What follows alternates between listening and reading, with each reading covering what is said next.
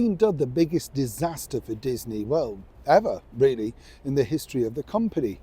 And when you think about it, the writing was on the wall from this particular actress, Rachel Zegler, well, some time back.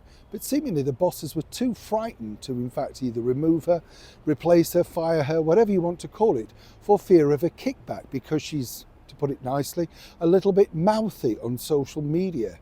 But many people are suggesting, of course, that it's Miss Zegler's words that in fact sunk the remake, the all live action remake of Disney's Snow White. But now things are looking rather tricky over here in the heart of London too.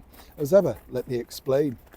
Morning, good to see you today, chums. Thank you so much. Disney Snow White, not exactly Snow White or indeed thrilling, I'm sure you'll all agree. The problem that you have when you look at it in that particular situation is simply this, you see. You have a problem when you have a star that won't shut up and stop speaking out when really you're there to sell the product. The product really is the king, right? That's the gig. That's what you should be doing. There should be no problems in that particular space. But of course, Miss Zegler has decided that, you know, she didn't need a prince to rescue her. She didn't necessarily like this particular plot. Why not sign on for an all-action live thing, a story that's been beloved for so many years, centuries, some people might say, and of course a big remake of a Disney classic from 1937. Now, of course, the son of the director has hit out at her, basically saying that she's a narcissist and, you know, kind of ruined the whole project. 260 million ruined the whole project. Imagine if you've invested in this, or indeed now you are the Disney organisation.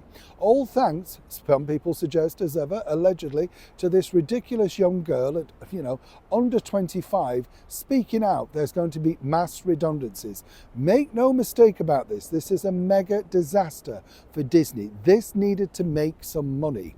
But they've gone down the woke route and that's their problem, you know. I'm sure Walt Disney will be furious. But over here, you see, you have a bigger problem now because this particular actress, Rachel Zegler, is going to be starring as one of the most iconic people, some people might say, of a previous century, Eva Peron. The famous musical by Andrew Lloyd Webber and Tim Rice opens for a short summer season at the world famous London Palladium. And they couldn't wait to announce, the Jamie Lloyd Company, that of course they've got this particular woman. According to insiders though, they're very, very concerned as to how it's going to be received and more importantly the sort of reception that she's going to get. Now Rachel, you see, considers herself to be a musical theatre star first and foremost. You get the picture.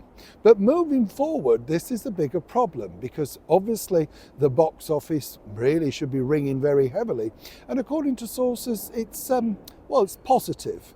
In theatre terms, that's a little bit concerning. You see, you're asking people to pay a lot of money to go and see someone who's spectacularly bombed in cinemas around the world. If they can't pull them in on a big screen, can they truly pull them in on the musical stage? Now, there are, some people might say, two totally different style of audiences. But of course, Rachel, who's apparently going to come over here to do some pre-publicity and promotion ahead of the musical opening, well, it must be nerve-wracking for those particular producers because obviously people are only going to want to ask about Snow White. So according to that source, the publicity machine has already said that there's going to be no questions about the Disney disaster. Well, then there's no interest in this particular individual. And the bottom line is all she needs to do is say, I made a mistake, I should never have spoken out like that, and I'm very proud of the movie. I hope in time people may re-look at it and reflect and wonder exactly what a great piece of work a lot of people behind the scenes did. Do we imagine Rachel doing that? Or indeed, do we think she's going to be even more vocal?